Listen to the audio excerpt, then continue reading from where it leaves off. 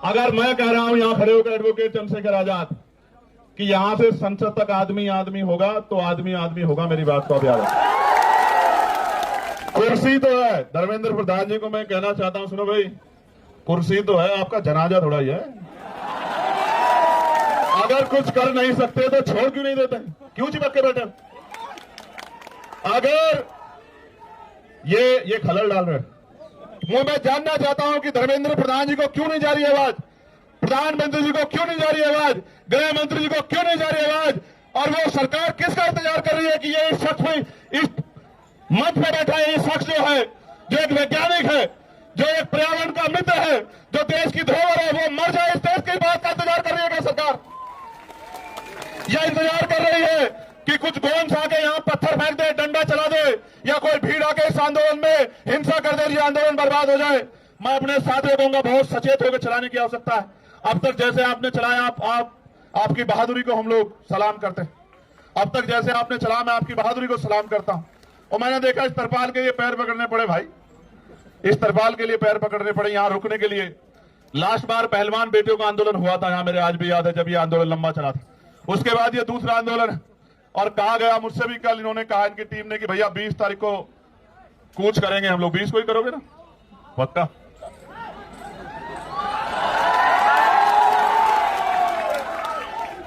तो लिखो, नोट करो कि 20 तारीख को कूच करेंगे, मेरी बात को आप याद रखो।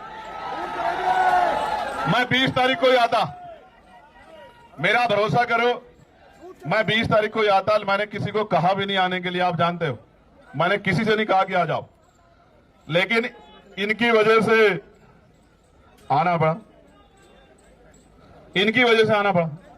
मैंने इनसे कहा कि जाओ, उनसे कहो कि वो अनशन त्याग दे, देश को उनकी जरूरत है, युवाओं को उनकी जरूरत है। और इन्होंने कहा कि वो तो नहीं मान रहे। मैंने इनसे कहा मेरा संदेश देना कि उनका भाई इनसे कह रहा है कि त्याग दो, तो संदेश ये आया कि नहीं, वो नहीं छोड़ रहे अनशन। तो मैं आज इनसे नहीं कहूंगा अनशन छोड़ो, मैं बिल्कुल नहीं कहूंगा। मेरे आज भी याद है जब शहीद आजम सरदार भगत सिंह जेल में थे, उनके पिताजी चले गए एप्लीकेशन लेके अंग्रेजों के पास कि इनकी सजा माफ कर दी जाए। तो मुझे याद है शहीद आजम सरदार भगत सिंह जी के वो शब्द अपने पिता से, जब उन्होंने कहा कि आज आपने मेरी पीठ में छुरा घोंपा है, जिनके खिलाफ मैं लड़ रहा हूं, आपने उनके आगे कमजोर पड़ने का काम किया, आज आपने मेरे आंदोलन को कमजोर किया, मेरे संघर्ष को कमजोर किया है। तो मैं लड़ने वाला व्यक्ति हूं, मैं इनका संघर्ष कमजोर नहीं करूंगा। अगर इनको कुछ होगा तो इसका खामियाजा इस सरकार को भुगतना पड़ेगा, मेरी बात को आप याद रखना। हमें इनको मनाने की जरूरत नहीं है कि ये अनशन त्यागे, देश की सरकार से सवाल पूछने की जरूरत है कि वो इस डिक्टेटरशिप को क्यों कर रही है। जो शिक्षा मंत्री पेपर नहीं बचा सकता है, वो युवाओं का भविष्य कैसे बचाएगा, इस बात का जवाब शिक्षा मंत्री जी को देना पड़े। मैं फिर आपसे कह रहा हूं, ये आंदोलन युवाओं के भविष्य को बचाने के लिए, और मैं देश के हर एक युवा से कह रहा हूं, जब ये लड़ सकते हैं जिनको नौकरी नहीं चाहिए, जिनको पेपर नहीं देना, तो आप भी लड़ सकते हो। इसे इतना बड़ा करो आंदोलन को, क्योंकि ये लोकतांत्रिक व्यवस्था है, ये संवैधानिक देश है। जब आंदोलन बड़ा होगा, मैं गारंटी से कहता हूं कि सरकार झुक जाएगी। हमने पहले भी सरकार को झुकते हुए देखा। किसानों की शहादतें याद करते हुए मैं कहना चाहता हूं, उन किसानों को नमन करते हुए हमने सरकार को झुकते हुए देखा है। ये तो एक केंद्रीय मंत्री के पद से इस्तीफे की बात, ऐसे कितने ही मंत्रियों को लगातार इस्तीफे देने पड़ेंगे जब जनता खिलाफ हो जाएगी, मेरी बात को आप याद रखें। कुर्सी तो है, धर्मेंद्र प्रधान जी को मैं कहना चाहता हूं, सुनो भाई, कुर्सी तो है, आपका जनाजा थोड़ा ही है। अगर कुछ कर नहीं सकते तो छोड़ क्यों नहीं देते, क्यों चिपक के बैठे? अगर ये खलल डाल रहे, एक बार जो कह दिया जाए वो माना जाए, उसके बाद दोबारा कहना पड़े तो ये अनुशासन के बाहर। अगर आप कुर्सी पे बैठ के कुछ कर नहीं सकते, देश के युवाओं का भविष्य नहीं बना सकते, तो आप कुर्सी छोड़ क्यों नहीं देते सर? क्यों चिपक के बैठे हो? जब देश के युवाओं को आप जैसा शिक्षा मंत्री चाहिए ही नहीं है, तो काहे को चिपक के बैठे हो? सवाल यह है, सरकार अगर 3 किलोमीटर की बात नहीं सुन रही है, तो क्या 300 किलोमीटर की बात सुन सकती है? सरकार सुनना नहीं चाहती है, सरकार सुन के इग्नोर कर रही है। जवाब दो। उनको लगता यह है कि ऐसी अफीम चाट रखी है लोगों ने, कितने दिन याद करेंगे। और ये सच भी है, ये सच भी है। मैं बहुत कड़वी बात कह रहा हूं, जिनके बच्चों के लिए यहां लड़ा जा रहा है, वो माँ बाप घर में इसलिए बैठे हैं कि उनके बच्चों से कोई सवाल उनके बच्चों के फ्यूचर पे ना आ जाए। आपके बच्चों का फ्यूचर है ही कहां भाई? पैसे वाले लोग पेपर लीक करा लेंगे, जिनके जो पावर स्ट्रक्चर से जुड़े हुए लोग हैं उनको पेपर पहुंच जाएगा, तो किसको नुकसान होगा? उसी को ना जो मेहनत कर रहा है, वो किसी भी जाति का हो, किसी भी धर्म का। तो ये फिर न्याय, फिर ये अवसर की समता, निष्पक्षता कहां बची? मैं तो उन बहादुर बहनों का भी धन्यवाद करता हूं, उनके हौसले का भी धन्यवाद करता हूं जो डटी हुई। जहां नौजवान घर में बैठ के रील देख रहा है, वहां मेरी बहादुर बहनें आंदोलन कर रही है। मैं दिल से धन्यवाद करता हूं। 20 तारीख को आओगे नहीं आओगे बताओ?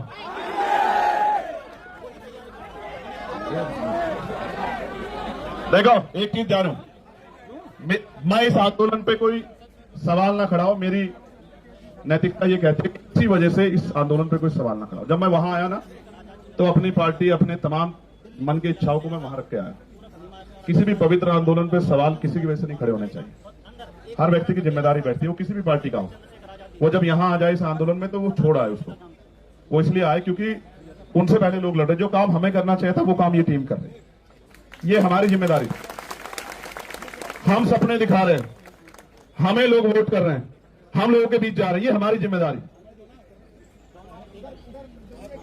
इसलिए मैं तो आ जाऊंगा, और मैं तो फिर कह रहा हूं, मैंने उस दिन भी कहा मेरठ में, जब मैंने उनकी हालत देखी, कि मैं तो बैठ जाऊंगा। मैं बैठ गया तो फिर ये सरकार को भारी हो जाएगा, क्योंकि अगर मैं बैठूंगा तो जितना यहां ये इसका पूरा क्षेत्रफल है, इतने लोग तो रात तक आ जाएंगे, और एक जिले के नहीं आएंगे, एक प्रदेश के नहीं आएंगे। जिसको खबर लगेगी कि भैया वहां हैं, वो आ जाएंगे सब लोग। आप समझ रहे हो? लेकिन ये आंदोलन पीसफुली चलता रहे। मैं इस आंदोलन पे कोई उंगली ना उठे, इसलिए मैं चाहता हूं। ये तो वैसे भी फंडेड लोग हैं। कहां से फंड आया आपको? पाकिस्तान से, जोर शोर से आ चुका है, पाकिस्तान से आ चुका है, कहां से? हर जगह से आ चुका है। पीएम वो भी आ जाएगा। देखो सुनो, ये पाकिस्तान लवर है पहला, फिर ये जॉर्ज सोरोस से इनको फंड्स आ रहे हैं, फिर ये CIA के एजेंट से इनको कुछ बात वहां से वो चल रहा है। अभी और रहेगा, पहले वो हिंदू मुसलमान जैसे वो भी यहां करके देख चुके हैं ये लोग, धर्म विरोधी सब कुछ करके। लेकिन सवाल ये है, ये लड़ किसके लिए रहे? इनमें से कौन सा ऐसा है जिसका पेपर लीक हुआ है? क्या जरूरत है इनको आने की? क्या जरूरत है इनको खड़े होने की? इनके घर वालों को डर नहीं लगता क्या? क्या उनकी जान कीमती नहीं है क्या? क्या वो आपके लिए लड़ते लड़ते शहीद हो जाए तो भी ना आप जागो? आपको याद है सरदार भगत सिंह क्यों फांसी का फंदा चूमना चाहते थे? उनको ऐसा लगता था कि मेरे जाने के बाद लोग जागेंगे, और यही जिद करके सोनम सर बैठे हुए। मैं आपसे आग्रह करूंगा सर, 20 तारीख को आप, हम लोग जितना बड़ा प्रोटेस्ट आप चाहोगे उतना बड़ा करेंगे, मगर 20 तारीख को आप हमारी भी मान लेना। आप आदमी बता दो कितने चाहिए 20 तारीख के प्रोटेस्ट में आपको, और बताओ यहां से वहां तक, संसद तक आदमी चाहिए, आप बताओ। आप जो कहोगे, आप कहोगे कि यहां से संसद तक आदमी देख रहे हैं, तो मैं वचन देख कहता हूं, सुनो भाई, मैं कोई बात हवा में नहीं कहता। पहली बात, अगर मैं कह रहा हूं यहां खड़े होकर एडवोकेट चंद्रशेखर आजाद कि यहां से संसद तक आदमी आदमी होगा, तो आदमी आदमी होगा। मेरी बात को अब याद रखो।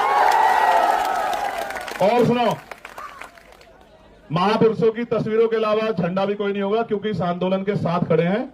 इस आंदोलन से कोई राजनीतिक लाभ नहीं चाहिए। मेरी बात को आप याद रखो। उस काम को हम लोग करते हैं। बताओ सर, तारीख को तय कर दो। आप बताओ, चलो आपका कंसर्न बहुत जरूरी है। 20 तारीख को आप हमारी मान लोगे ना? 20 तारीख को जो आप कहते हो हम करेंगे। आप बताओ, आप हमारी मान लो। देश को जरूरत है आपकी।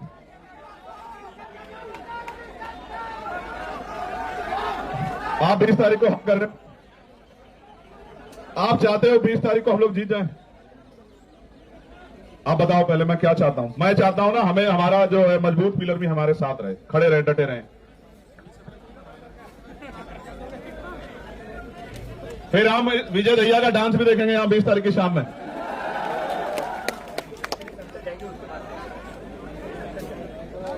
अगर हमारा प्रोटेस्ट सफल हो गया तो फिर आप शाम में हमारी बात मान लोगे? पक्का? ये डांस दिखाएगा शाम में, विजय डांस करके दिखाएगा शाम में। विजय आपका नाम? देखो 20 तारीख को प्रोटेस्ट होगा तो प्रोटेस्ट होगा, और ऐसा प्रोटेस्ट होगा कि पिछले 10, 12, 15 साल में तो ऐसा प्रोटेस्ट दिल्ली में नहीं हुआ होगा। कारण क्या है? कारण क्या? ये जिनके लिए लड़ रहे ना, उनको भी नहीं पता कि उनके लिए लड़ रहे हैं। यहां तो मीडिया बहुत कुछ तय कर देता है। वो सुई के बराबर इस आंदोलन में इनके मन का खोट ढूंढ रहे हैं। वो ये चाहते हैं एक इतना सा इनके खिलाफ कुछ मिले जिसको वो बता सके कि ये आंदोलन एंटी नेशनल है, ये भारतीय संवैधानिक व्यवस्था को डिस्टर्ब करने के लिए किया जा रहा है। मैं यहीं पल पड़ा हूं, यहीं संघर्ष किया। मैंने जेएनयू के बच्चों पर चलती लाठियां भी देखी, मैंने डीयू के बच्चों पर चलती लाठियां भी देखी, मैंने यहां एनआरसी से लेकर तमाम आंदोलन देखे, और मैंने खुद बताया ना, मैं निर्दोष होते हुए 16 महीने जेल में रहा। जब मुझे बेल मिली तो मेरे ऊपर एनएसए लगा दी रात को 2:30 बजे। हम भरोसा करते हैं लोकतांत्रिक व्यवस्था में, संवैधानिक व्यवस्था में, अपने जो गवर्नमेंट के इंस्टीट्यूशन है उनमें भरोसा करते हैं। हमें लगता है अगर कोई नहीं सुनेगा तो कोर्ट सुनेगी, तो जब कोर्ट से बेल मिलती है तो फिर एनएसए लग जाता है। कहां जाएंगे हम लोग? हम यही आंदोलन कर सकते हैं। और जिनको लगता है आंदोलन से कुछ नहीं होता, मैं आपको फिर कह रहा हूं, 2 दिन पहले हम लोग मिले थे, मैंने इनसे कहा था कि आप मानो मेरी बात को कि बहुत कुछ होगा, बहुत कुछ होगा, बस आप डटे रहो। और मैंने इनसे कहा कि 20 तारीख तक डटे रहना। मैं प्रार्थना करता हूं महापुरुषों से, कुदरत से, प्रकृति से कि वो 20 तारीख तक इस आंदोलन को और मजबूत करे, स्वस्थ रखे, क्योंकि 21 तारीख की सुबह बहुत सुनहरी होगी भारत में। मेरी बात को आप याद रखें। और मैं इस मंच से कहना चाहता हूं कि जो घर है, चुप है, सो रहा है, या जानबूझ के सोने की एक्टिंग कर रहा है, एक बहुत बड़े चिंतक ने कहा है कि कुछ लोग सिर्फ इस वजह से नहीं लड़े कि कहीं वो मर ना जाए, लेकिन सच यह है कि एक दिन मरना सबको, चाहे लड़कर मरो और चाहे डर कर मरो, चाहे मुकाबला करके सामना करो, चाहे हार मान के बैठ जाओ, और मान लो तो हार और ठान लो तो जीत। और सिर्फ सांसों का रुकना मौत नहीं होती, जिनका जमीर मर जाता है वो भी मर जाते हैं। ये जिंदा लोगों का मंच है, मैं इनको बधाई देता हूं। हम और हमारी पूरी टीम आपके साथ खड़ी है। जो यहां से मुझे आज सुनेगा, मैं निमंत्रण नहीं भेजूंगा, ना मैं फेसबुक के जरिए आपसे अपील करूंगा। 20 तारीख को मैं यहां मिलूंगा, पार्लियामेंट चलेगी। मैंने भी कोई कमिटमेंट किया। मैं टेहरी जा रहा था तो पुलिस के भाइयों ने मेरा बड़ा सम्मान किया, मेरी शर्ट फाड़ दी, तो मैंने वादा किया था कि 20 तारीख को मैं उस फटी शर्ट को पहन के देश की पार्लियामेंट में जाऊंगा, बताने के लिए, ये बताने के लिए नहीं कि मुझे लाठी लगी है या मेरी शर्ट फाड़ दी गई है। जब हम संघर्ष करने जाएंगे तो मिठाई तो नहीं मिलेगी, लेकिन ये बताने जाऊंगा कि सत्ता कितनी तानाशाह हो गई है। वो 3 किलोमीटर की आवाज को भी नहीं सुनती और 300 किलोमीटर की आवाज को भी नहीं सुनती। और हमें भरोसा है इस देश की महान न्यायपालिका पे कि वो हमारे दर्द को सुनेगी। एक दिन पहले पेपर लीक की खबर आती है, जब बच्चा अपना पूरा मन बना के हिम्मत करके पहुंच गया सेंटर पे, और जब वो खबर आती है तो वो ऐसा हो जाता है उसको जैसे उसकी शरीर की हिम्मत टूट गई हो। और मेरे आज भी याद है ना, पेपर के समय हम लोगों ने भी बहुत पेपर दिए हैं विजय, तो रुकने की जगह ढूंढते थे, किसके यहां रुकेंगे, किसके यहां खाना खाएंगे। दूसरे शहर में जाना मिडिल क्लास परिवारों के लिए, गरीब बच्चों के लिए आसान थोड़ा ही। और जब जा रहे हैं तो पता लग रहा है पेपर लीक हो गया है या घोटाला हो गया है। आप समझो ना क्या कर रहे हो आप देश के साथ। और जिस देश में 94,000 स्कूल बंद हो गए हों पिछले 10 साल में, और लाखों की संख्या में शराब की दुकानें खुल गई हों, और जहां टीचर को आदेश दिया जाता हो कि भूसा इकट्ठा करके लेके आओ, क्योंकि गौशाला में गाय भूखी नहीं रहनी चाहिए। मैं मानता हूं कि गाय भूखी नहीं रहनी चाहिए, सरकार के पास बहुत बजट है, लेकिन टीचर इसलिए नहीं है कि वो भूसा इकट्ठा करे, उसको बच्चों का भविष्य बनाना। क्या मजाक कर रहे हो आप लोग? ये कैसा देश बना कर? ये क्रांतिकारियों के सपनों का भारत है, ये बाबा साहब अम्बेडकर द्वारा लिखे गए संवैधानिक मूल्यों का भारत है। इस देश के लिए शहादत दी देश ने। बहुत चिंता का सवाल, बहुत चिंता का सवाल है। मैं बड़ी पीड़ा के साथ कहना चाहता हूं, 20 तारीख का आंदोलन हम लोग खुशी से नहीं, नौजवानों के भविष्य को बचाने के लिए करेंगे। और मैं ये भी आपसे वादा करता हूं मैं कोशिश करूंगा 24-25 में मेरे कार्यक्रम लगे हैं मुझे अपने आंदोलन को भी आगे बढ़ाने के, लेकिन 20 तारीख के बाद हर रात मेरी यही कटेगी, मैं आपको इस बात का विश्वास है।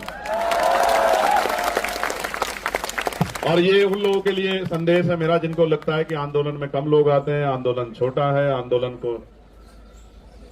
तो बस सिर्फ नाम का हो रहा है। तो 20 तारीख के बाद, 20 तारीख तो आपकी, 21 तारीख हमारी, ये आंदोलन सबका है। बस इनको बधाई जिन्होंने शुरू किया है, क्योंकि यहां आके 5 बजे तो बहुत सारे लोग जाते हैं, लेकिन आपने एक लाइन और खींची है और मेरी ये बात को बहुत लोग याद रखेंगे। ये आंदोलन तो अपनी कीमत वसूल के, कीमत का मतलब जो तय किया है, जो लक्ष्य तय किया उनको लेके उठेगा। लेकिन इस आंदोलन के बाद इस देश में बहुत आंदोलन होंगे जहां जंतर मंतर सुना नहीं रहेगा, मेरी बात को आप याद रखें। चाहे वो कर्मचारियों के हों, नौजवानों के हों, किसानों के हों, क्योंकि आदिवासियों के हों, दलितों के हों, पिछड़ों के हों, देश के किसी व्यक्ति के हों, महिलाओं के, जंतर मंतर सुना नहीं रहेगा। क्योंकि आपने एक लाइन खींची है, 5 बजे की लाइन को आपने क्रॉस किया है। जब आपने क्रॉस कर दिया तो बहुत लोगों के रास्ते खोले, मैं आपका धन्यवाद करता हूं बहुत बहुत। कोई और बात जो बाकी कुणाल के लिए कुछ कहना है? किसी को रोस्ट करना है? कहां अहमदाबाद जाओगे? कहां जाओ? नहीं। देखो रिश्त तो है रिश्त तो है, नहीं कोई ऐसी दिक्कत नहीं है। अभी तो हम इतने लोग बैठे हैं, कहां को तमिलनाडु जाना, देश हमारा है। जब तक इस देश का संविधान हमारे साथ खड़ा है, जब तक इस देश का संविधान जिंदाबाद है, मजबूत है। बाबा साहब ने कहा था आदमी भूखा रह सकता है, अपमानित होकर नहीं रह सकता। जब तक नौजवानों में स्वाभिमान, सम्मान है और उसको पाने की चाहत है, अपने अधिकारों की रक्षा करने की चाहत है, तब तक थोड़ा ही कुछ बदलने वाला है। तब तक तो ऐसे कितने शासक आएंगे, कितने धूल चाटेंगे, कितने जाएंगे, कौन परमानेंट है यहाँ? कौन परमानेंट है? तो आती जाती रहती है। जिसके घमंड में हो आप, जिसके घमंड में कुचल रहे हो, क्यों नहीं सुनाई दे रहा आपको? 17 दिन में नहीं सुनाई दिया। मुझे तो ऐसा लगता है हुकूमत इंतजार कर रही है कि इनको कुछ हो जाए, क्योंकि देश के लोग 2-3 दिन जागेंगे, उसके बाद फिर सो जाएंगे और बाकी काम जो है हमारा महान मीडिया कर देगा। मैं तो समझता हूं सरकार के आधार पर, क्योंकि मैंने तो अपनी आंखों से देखा किसानों के आंदोलन को, 13 महीने सड़कों पर, उन पर चलती हुई लाठियां, उनका बहता हुआ खून की शहादतें मैंने अपनी आंखों से देखी, और एक शब्द नहीं कह पाए देश के प्रधानमंत्री उनके लिए। बस आरोप तो लगाते थे कि ये खालिस्तानी है, इन पे फंड आ रहा है, अमेरिका से आ रहा है। ये आरोपों के बाद कोई सच्चाई भी होती है क्या आपके पास कि हमने ये जांच की? मैं हाथरस गया था, 100 करोड़ की फंडिंग की चंद्रशेखर आजाद को इस आंदोलन करने के लिए। मैंने कहा 1 रुपए की साबित कर दो, जीवन में कभी सड़क में नहीं दिखाई दूंगा। और नहीं साबित कर पाओ तो माफी मांगना मुख्यमंत्री जी।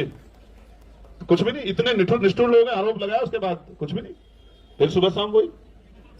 इसलिए आपसे कह रहा हूं, इस आंदोलन पे भरोसा करो, इस आंदोलन को ताकत दो, आके जुटो, काम से आओ फिर आओ, लेकिन इस आंदोलन में हिम्मत दो कि जो लोग लड़ रहे हैं उनकी हिम्मत कम ना हो। मैं आप सबका बहुत बहुत धन्यवाद करता हूं, मेरी बहुत सारी मंगल कामना, ये आंदोलन कामयाब हो। जय भीम, जय भारत, जय संविधान, आप सबके लिए बहुत बहुत मंगल कामना। और प्रार्थनाएं भी कि इसकी अपेक्षा आंदोलन के उसके लक्ष्य वो पूरे हों। बहुत बहुत धन्यवाद।